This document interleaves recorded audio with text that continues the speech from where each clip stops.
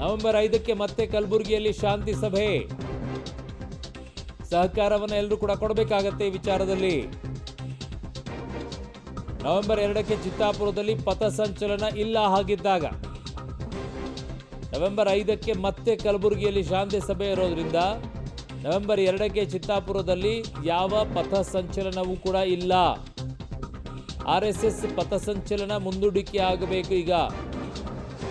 ಕಾರಣ ಈಗ 5ನೇ ತಾರೀಕಿಗೆ ಶಾಂತಿ ಸಭೆಯನ್ನು ಮಾಡಲಾಗತ್ತೆ.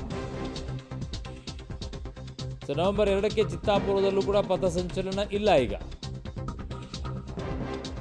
RSS ಪಥಸಂಚಲನವನ್ನು ಮುಂದೂಡಿ ಅಂತ ಹೇಳಿದ್ದಾರೆ. ನವೆಂಬರ್ 5ಕ್ಕೆ ಶಾಂತಿ ಸಭೆ ಬಳಿಕ ನಿರ್ಧಾರವನ್ನು ಮಾಡಿ ಅಂತ ಕೂಡ ಹೇಳಿದ್ದಾರೆ. ನವೆಂಬರ್ 5ಕ್ಕೆ ಮತ್ತೆ ಕಲಬುರಗಿಯಲ್ಲಿ ಶಾಂತಿ ಸಭೆ ನಡೆಯುತ್ತೆ. ಸೊ 2ನೇ ತಾರೀಕಿಗೆ ಪಥಸಂಚಲನ ಮಾಡೋಕ್ಕೆ ಮುಂದಾಗಿದ್ರು, ಅದ್ಯಾವುದು ಕೂಡ ಈಗ ನಡೆಯೋದಿಲ್ಲ. ಮತ್ತೆ RSS ಪಥಸಂಚಲನ ಮುಂದೂಡಿಕೆ ಆಗ್ತಾ ಇದೆ.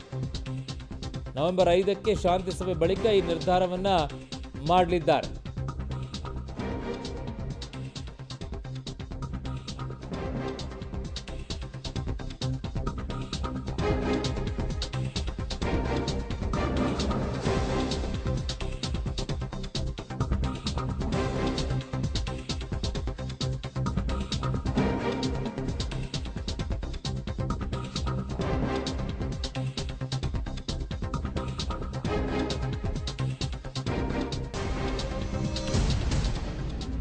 ನವೆಂಬರ್ 5ಕ್ಕೆ ಶಾಂತಿ ಸಭೆ ಬಳಿಕ ನಿರ್ಧಾರವನ್ನು ಮಾಡಲಿದ್ದಾರೆ.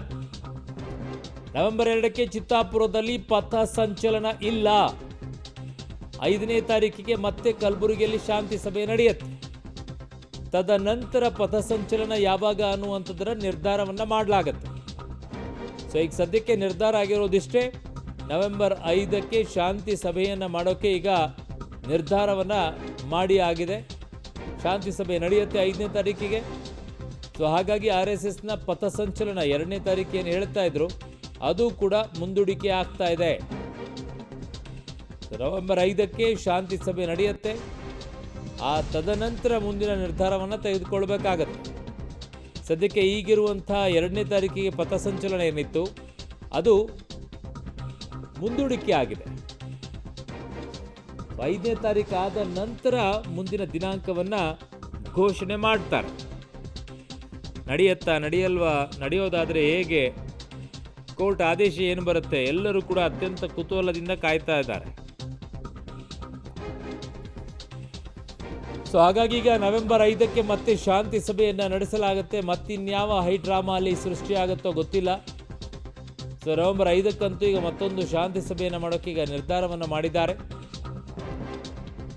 ಸೊ 2ಕ್ಕೆ ಯಾವ ಪರೇಡು ಕೂಡ ಇಲ್ಲ. ನವೆಂಬರ್ 2ನೇ ತಾರೀಕಿಗೆ ನನ್ನ ಸಹೋದ್ಯೋಗಿ ಈಗ ಪ್ರವೀಣ್ ರೆಡ್ಡಿ ನನ್ನ ಸಂಪರ್ಕಕ್ಕೆ ಸಿಗ್ತಾ ಇದ್ರೆ. ಪ್ರವೀಣ್, ಇವತ್ತು ಕೋರ್ಟ್ನಲ್ಲಿ ಏನಾಯ್ತು ವಾದ ಪ್ರತಿವಾದಗಳು?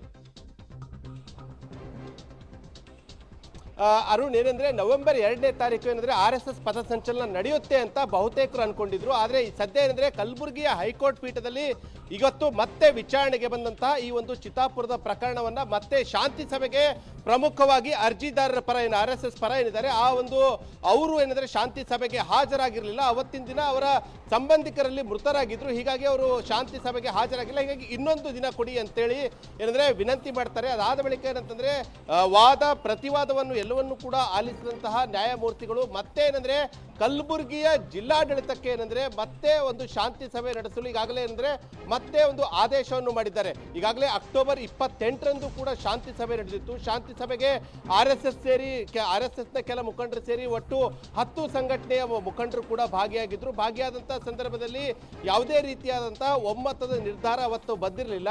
ಸೊ ಇವತ್ತು ಮತ್ತೆ ಇದನ್ನ ವಾದ ಪ್ರತಿವಾದವನ್ನು ಆಲಿಸಿದಂತಹ ನ್ಯಾಯಾಲಯ ಮತ್ತೇನಂದ್ರೆ ಈಗ ಜಿಲ್ಲಾಡಳಿತಕ್ಕೆ ಮಗದೊಂದು ಅವಕಾಶ ಕೊಟ್ಟಿದೆ ಅಂತ ಹೇಳ್ಬೋದು. ಯಾಕಂದ್ರೆ ಈ ಹಿಂದೆ ಅಕ್ಟೋಬರ್ 28ರಂದು ನಡೆದಂತಹ ಶಾಂತಿ ಸಭೆಯಲ್ಲಿ ಒಮ್ಮತದ ನಿರ್ಧಾರ ಕೂಡ ಬಂದಿರಲಿಲ್ಲ. ಇದೀಗ ಏನಂದ್ರೆ ಮತ್ತೆ ಶಾಂತಿ ಸಭೆ ನಡೆಸಿ ಹೈಕೋರ್ಟ್ಗೆ ಒಂದು ವರದಿ ಕೊಡಲು ಈಗ ನ್ಯಾಯಮೂರ್ತಿಗಳು ಹೇಳಿದ್ದಾರೆ.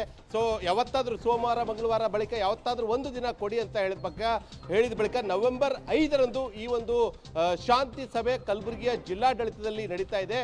ನಡೆಯೋದಕ್ಕೆ ಎಲ್ಲ ರೀತಿಯಂತ ಒಂದು ಆದೇಶವನ್ನು ಈಗ ಕೊಟ್ಟಿದ್ದಾರೆ. ಸೊ ಹೀಗಾಗಿ ಅವತ್ತಿನ ಶಾಂತಿ ಸಭೆಯತ್ತ ಈಗ ಮತ್ತೆ ಎಲ್ಲರ ಚಿತ್ತ ನೆಟ್ಟಿದೆ. ಯಾಕಂದ್ರೆ ಈಗಾಗಲೇ ಒಂದು ಕಡೆ RSS ಏನಂದ್ರೆ ನಾವು ಪಥಸಂಚಲನ ಮಾಡ್ತೀವಿ ಅಂತೇಳಿ ಅವರು ಇದ್ರೆ, ಇನ್ನೊಂದು ಕಡೆ RSS ಪಥಸಂಚಲನ ದಿನವೇ ನಾವು ಕೂಡ ಪಥಸಂಚಲನವನ್ನು ಮಾಡ್ತೀವಿ ಅಂತ ಭೀಮ್ ಆರ್ಮಿ ಸೇರಿದಂತೆ ಬಹುತೇಕ ಎಲ್ಲಾ ಸಂಘಟನೆಗಳು ಕೂಡ ಪಟ್ಟು ಹಿಡಿದಿದ್ವು. ಸೊ ಆ ಒಂದು ಪಟ್ಟು ಹಿಡಿದಂತ ಪರಿಣಾಮವಾಗಿ ಹಿಂದಿನ ಸಭೆ ರದ್ದಾಗಿತ್ತು. ಮತ್ತೆ ಈಗ ಅವಕಾಶ ಏನೋ ಸಿಕ್ಕಿದೆ, ಆದ್ರೆ ಏನಾಗುತ್ತೆ ಅನ್ನೋದು ಕುತೂಹಲ ಮೂಡಿಸಿದೆ. ಸದ್ಯ ಈಗ ನವೆಂಬರ್ 2ಕ್ಕೆ ಏನು RSS ಪಥಸಂಚಲನ ನಡೆಯುತ್ತೆ ಅಂತ ಏನು ಅನ್ಕೊಂಡಿದ್ರು, ಅದಕ್ಕೆ ಈಗ ತಣ್ಣೀರು ಬಿದ್ದಿದೆ ಅಂತ ಹೇಳ್ಬೋದು. ಈಗ ಮತ್ತೆ ನವೆಂಬರ್ 5ರಂದು ಶಾಂತಿ ಸಭೆ ಫಿಕ್ಸ್ ಆಗಿದೆ. ಅರುಣ್, ಓಕೆ, 5ನೇ ತಾರೀಕಿಗೂ ಒಮ್ಮತ ಮೂಡದೇ ಇದ್ರೆ ಮತ್ತೆ ದಿನಾಂಕ ಹೀಗೆ ಮುಂದೂಡಿಕೆನಾ ಪ್ರವೀಣ್?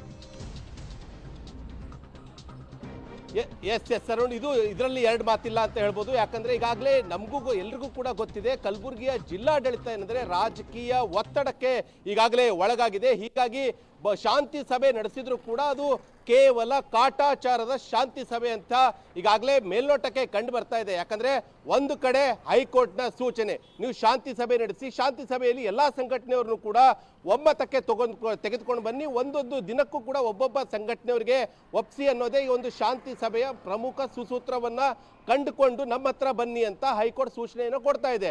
ಆದರೆ ಅತ್ತ ಸಂಘಟನೆ ಪರ ರಾಜಕೀಯ ಒತ್ತಡ ಇರುವಂತಹ ಹಿನ್ನೆಲೆಯಲ್ಲಿ ಅವರೀಗ ಕಲಬುರಗಿಯ ಜಿಲ್ಲಾಡಳಿತಕ್ಕೂ ಕೂಡ ತುಂಬಾ ಸ್ಟ್ರಾಂಗ್ ಆಗಿಬಿಟ್ಟಿದ್ದಾರೆ ಅರುಣ್. ಹೀಗಾಗಿ ಅಲ್ಲಿ ಶಾಂತಿ ಸಭೆಯಲ್ಲಿ ಒಮ್ಮತ ಬರೋದು ಬಹುತೇಕ ಡೌಟ್ ಅಂತಾನೆ ಹೇಳ್ಬೋದಾಗಿದೆ. ಯಾಕಂದ್ರೆ ಈಗ ಕಳೆದ ಬಾರಿ ನಡೆದಂತ ಶಾಂತಿ ಸಭೆಯಲ್ಲೂ ಕೂಡ ನೋಡಿದ್ವಿ, ವಾಗ್ವಾದ ಪೂರ್ತಿ ಶಾಂತಿ ಸಭೆ ಅನ್ನೋದೇ ಸಂಪೂರ್ಣವಾಗಿ ಅಶಾಂತಿ ಸಭೆಯಾಗಿ ಮಾರ್ಪಟ್ಟಿತ್ತು. ಇದೀಗ ಮತ್ತೆ ಜಿಲ್ಲಾಡಳಿತ ಶಾಂತಿ ಸಭೆ ನಡೆಸೋಕೆ ಹೇಳ್ತಾ ಇದ್ದಾರೆ. ಈ ಬಾರಿ ಆದ್ರೂ ಕಲಬುರಗಿಯ ಜಿಲ್ಲಾಡಳಿತ ತಮ್ಮ ಒಂದು ಪವರ್ ಅನ್ನ ತೋರಿಸ್ಕೊಂಡು ಎಲ್ಲಾ ಸಂಘಟನೆಗಳಿಗೂ ವಿಶ್ವಾಸಕ್ಕೆ ತೆಗೆದುಕೊಂಡು ಪ್ರತಿಯೊಂದು ಸಂಘಟನೆಗೂ ಕೂಡ ಒಂದೊಂದು ದಿನಾಂಕವನ್ನು ನಿಗದಿ ಮಾಡಬೇಕಾಗಿದೆ. ಯಾಕಂದ್ರೆ ನವೆಂಬರ್ 2 ನಿಮ್ಮೆಲ್ಲ ಮಾಹಿತಿಗೆ ಧನ್ಯವಾದಗಳು.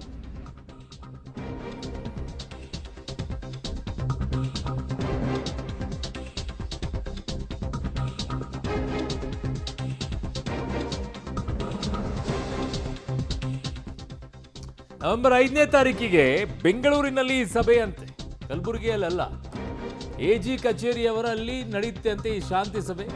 ಕಲಬುರಗಿಯಿಂದ ಈಗ ಬೆಂಗಳೂರಿಗೆ ಶಿಫ್ಟ್ ಆಗಿದೆ. ನವೆಂಬರ್ 5ನೇ ತಾರೀಕಿಗೆ ಸಂಜೆ 4 ಗಂಟೆಗೆ AG ಕಚೇರಿಯಲ್ಲಿ ಸಭೆ ನಡೆಯುತ್ತೆ. ನವೆಂಬರ್ 7ಕ್ಕೆ ವಿಚಾರಣೆಯನ್ನ ಈಗ ಕಲಬುರಗಿ ಪೀಠ ಮುಂದೂಡಿಕೆಯನ್ನ ಮಾಡಿದೆ. ಹಾಗಾಗಿ 5ನೇ ತಾರೀಕಿಗೆ ಶಾಂತಿ ಸಭೆಯಲ್ಲಿ ಯಾವ ನಿರ್ಣಯ ಆಗುತ್ತೆ ಅನ್ನೋದನ್ನ ನೋಡಿಕೊಂಡು 7ನೇ ತಾರೀಕಿಗೆ ತೀರ್ಮಾನ ಬರುತ್ತೆ, ಆದೇಶ ಬರುತ್ತೆ, ಯಾವಾಗ ಪಥಸಂಚಲನವನ್ನು ಮಾಡೋಕ್ಕೆ ಅವಕಾಶ ಸಿಗುತ್ತೆ ಅಂತ ಹೇಳಿ.